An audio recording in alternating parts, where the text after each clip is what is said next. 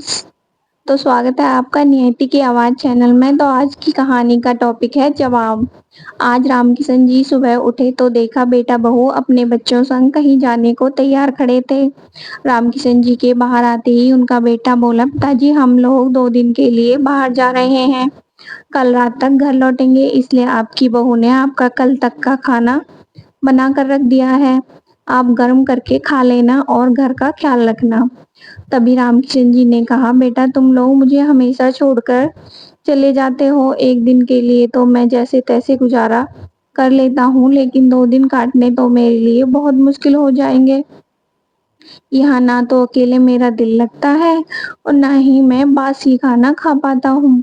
अगर तुम्हें घूमने जाना है तो फिर मुझे भी साथ ही ले चलो।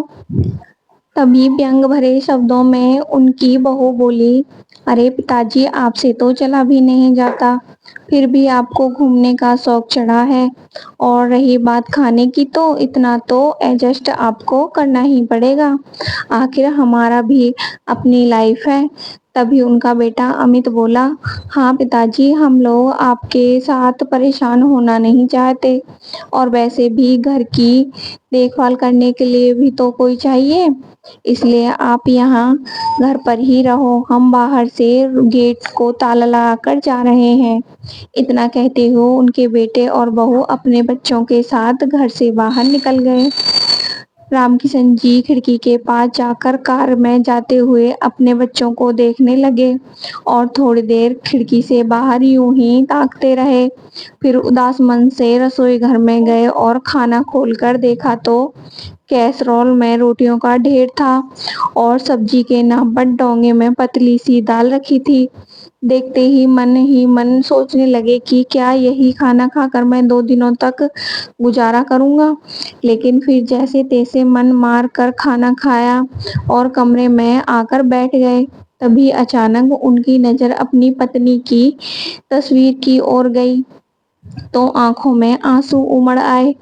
6 महीने पहले ही तो उनकी पत्नी का देहांत हुआ था और एकदम से अपने भरे पूरे परिवार के होते हुए भी नितांत अकेले हो गए थे।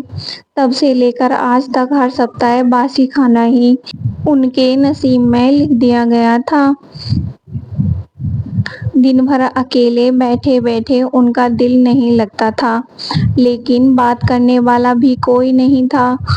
थोड़ी देर टीवी देख लेते, लेकिन टीवी भी भला कितनी देर देखते। सोचा अपने दोस्त से ही फोन पर बात कर लूं, परंतु फोन लगाया तो फोन भी नहीं मिल रहा था। अब तो अकेले घर उन्हें काटने को दौड़ने लगा।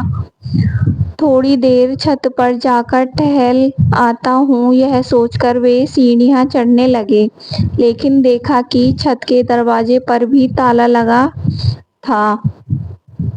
आखिरकार वापस अपने कमरे में आकर बिस्तर पर लेट गए और सोचने लगे, क्या क्या सच सब सोचे थे मैंने कि रिटायरमेंट के बाद अपनी पत्नी के साथ सारी दुनिया घूम लूंगा, सारी जिम्मेवारियां खत्म हो जाएंगी तो जिंदगी आनंद से जीऊंगा। लेकिन क्या से क्या हो गया, अब तो अपनी यह जिंदगी भी मुझे बोझ लगने लगी है। घुटन होती है इस घर में रहकर, केवल एक चौकीदार बनकर तो रह गया हूँ मैं, और आलम है यह कि बाहर जाकर किसी से बात तक नहीं कर सकता, न जाने क्यों किसी दोस्त का फोन भी नहीं लगता। बैठे बैठे अपनी जिंदगी को कोस ही रहे थे कि तभी उनका मोबाइल बज उठा। फोन उठाया तो दूसरी ओर से आवाज आई, अरे रामकिशन यार, तू तो जैसे हमें भूल ही गया है, कभी अपने दोस्तों की याद नहीं आती क्या? हमने तुझे ना जाने कितने फोन किए, लेकिन तेरा फोन तो कभी लगता ही नहीं। हाँ यार, ऐसा ही कुछ मेरे साथ भी है, मैं भी कब से तुम्हें फोन लगाने की कोशिश कर रहा था, लेकिन न जाने फोन को क्या हुआ है, किसी से बात ही नहीं हो पाती। लेकिन फोन तो चालू है, रामकिशन जी बोले तो उनके दोस्त ने कहा, अच्छा वह सब छोड़, यह बता कि भाभी के जाने के गम में कितने दिनों तक यूं ही घर में पड़े रहने का इरादा है? दोस्त की इस बात पर रामकिशन जी की आंखों में फिर से नमी तैरने लगी। तभी उनके दोस्त ने कहा, हम सब दोस्त मिलकर अयोध्या घूमने जा रहे हैं और हम चाहते हैं कि तू भी हमारे साथ चले। पिछली बार भी तुमने मना कर दिया था, लेकिन इस बार तुम भी हमारे साथ चलोगे। दोस्त की यह बात सुनकर रामकिशन जी हैरान रह गए। नहीं यार, मैं तो कहीं जाने से मना नहीं किया। तू कब की बात कर रहा है? अरे, जब पिछली बार हम तिरुपति गए थे तब मैंने तुझे फोन लगाया था, लेकिन तेरा फोन तो लगा नहीं। तेरे बेटे को फोन लगाकर पूछा तो उसने कहा था कि तू अभी कहीं जाने नहीं चाहता। इतना सुनते ही रामकिशन जी के पैरों तले जमीन खिसक गई। फिर उनके दोस्त ने कहा, इसलिए इस बार मैंने तुझसे ही बात करना उचित समझा, लेकिन 2 दिनों से फोन लगा रहा था, तेरा नंबर लग ही नहीं रहा था। किसी दूसरे नंबर से फोन लगाया तब कहीं जाकर तुझसे बात हो पाई है। दोस्त की बातें सुनकर रामकिशन जी हैरान रह गए। तभी दूसरी ओर से आवाज आई, अरे क्या हुआ रामकिशन, कहाँ खो गए? तभी रामकिशन जी बोले, हाँ हाँ, इस बार मैं जरूर जाऊंगा। कब जाने का प्रोग्राम है और कितनी पेमेंट देनी है? हमें सोमवार को निकलना है और पेमेंट की चिंता मत करना, तेरा चलना ही हमारे लिए बहुत है। ऐसा कहकर उनके दोस्त ने फोन रख दिया। फोन रखते ही रामकिशन जी ने अपना मोबाइल चेक किया तो देखा कि उनके बहुत से दोस्तों के नंबर ब्लैक लिस्ट में डाले हुए थे, ताकि फोन पर उनकी किसी से बात न हो पाए। हे भगवान, तो यह सब मेरे बेटे का क्या धरा था। रामकिशन जी आश्चर्यचकित रह गए। उन्होंने अपने सारे दोस्तों के नंबर अनब्लॉक किए। अगले दिन उन्होंने अयोध्या जाने के लिए अपने कपड़े बैग में पैक कर लिए और जरूरत का सारा सामान रख लिया। रविवार की रात को बेटा बहू घर पर पहुंच गए, लेकिन किसी ने अपने पिता के कमरे में जाने की भी जहमत नहीं उठाई। अगले दिन सुबह सुबह ही रामकिशन जी नहा धोकर तैयार हो गए और अपना बैग उठाकर कमरे से बाहर ले आए। अरे पिताजी, कहाँ चली आपकी सवारी?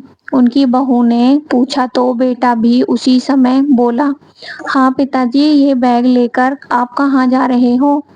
मैं अपने दोस्तों के साथ तीर्थ यात्रा पर जा रहा हूँ।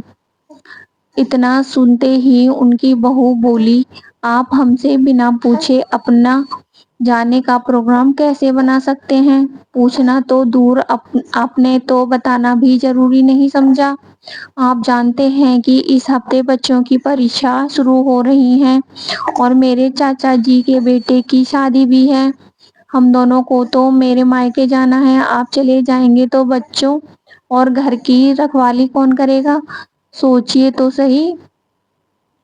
तभी बेटा बोला, पिताजी, इस उम्र में कहीं गिर गए तो लेने के देने पड़ जाएंगे, और वैसे भी आपको देने के लिए मेरे पास पैसे नहीं हैं।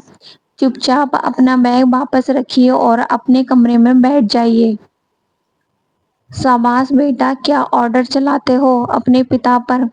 मुझे तुमसे इसी बात की उम्मीद थी। तुम्हारी माँ क्या गई, मुझे तो तुम लोगों ने चौकीदार समझ लिया।